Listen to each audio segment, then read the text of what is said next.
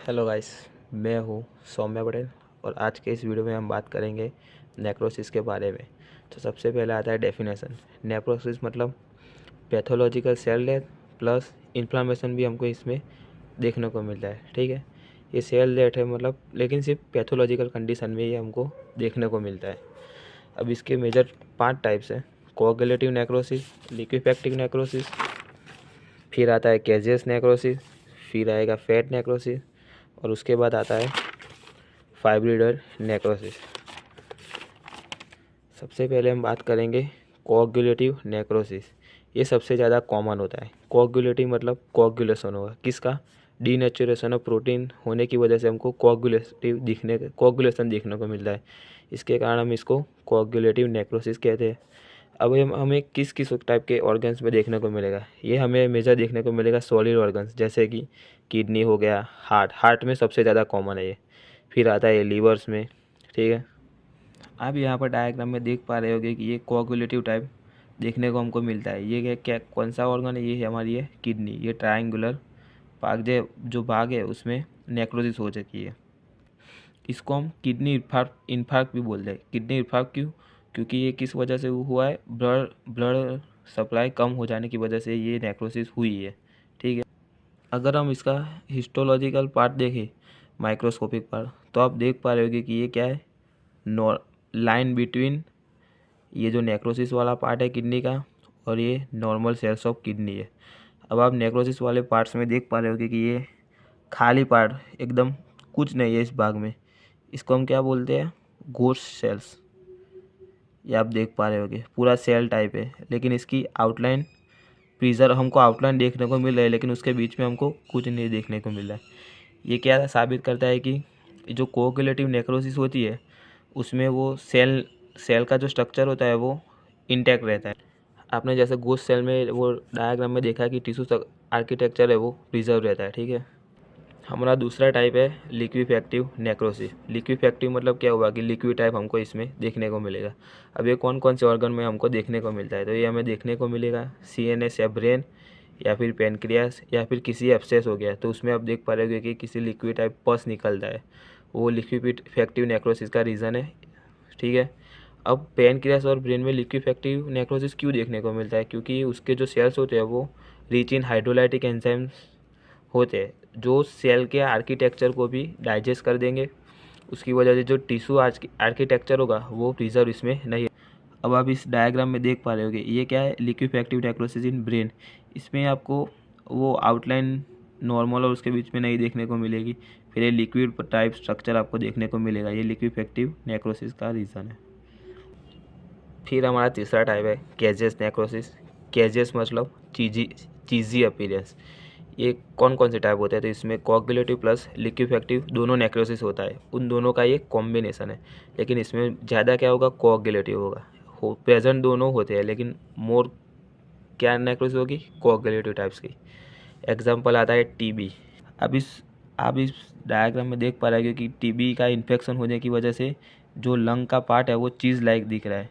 अब ये हमको चीज़ लाइक क्यों दिख रहा है, क्योंकि जो TB बैक्टीरिया के जो सेल्स होते हैं उसकी सेल वॉल में हाई लिपिड कंटेंट होता है। अब लिपिड भी क्या हुआ, चीज़ में क्या होता है, लिपिड ही होता है, मतलब ये चीज़ी अपीयरेंस दिखेगा। इसको हम कैजियस नेक्रोसिस बोलते हैं। फिर दूसरे एग्जांपल्स में आता है फंगल इन्फेक्शन जैसे हिस्टोप्लाज्मोसिस। हमारा चौथा टाइप है फैट नेक्रोसिस। फैट नेक्रोसिस मतलब इसमें क्या होगा, फैट होगा उसका नेक्रोसिस होगा।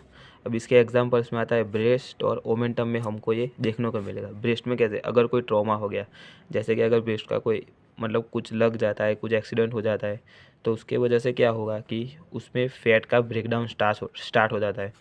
अब फैट का ब्रेकडाउन होगा जिसकी वजह से फैट किस में कन्वर्ट होगा, फैटी एसिड। अब जो ये फैटी एसिड्स होते हैं वो कैल्शियम के साइड सैपोनिफिकेशन रिएक्शन से, उस रिएक्शन को हम सैपोनिफिकेशन कहते हैं, इससे बाइंड होके क्या बनाता है, चॉकी वाइट अपीयरेंस दिखाता है। ठीक है, दूसरा एक मोमेंटम में भी हमको ये फैट नेक्रोसिस देखने को मिलता है। जैसे कि अगर एक्यूट पैनक्रियाटाइटिस होगा तो एक्यूट पैनक्रियाटाइटिस में पैनक्रियास से लाइपेज रिलीज होता है जो ओमेंटम के फैट का ब्रेकडाउन करेंगे, और ये सेम होगा आगे का फैट, उसमें से फैटी एसिड बनेगा, वो कैल्शियम के साथ बाइंड करेगा और चॉकी वाइट अपीयरेंस देखने को मिलता है।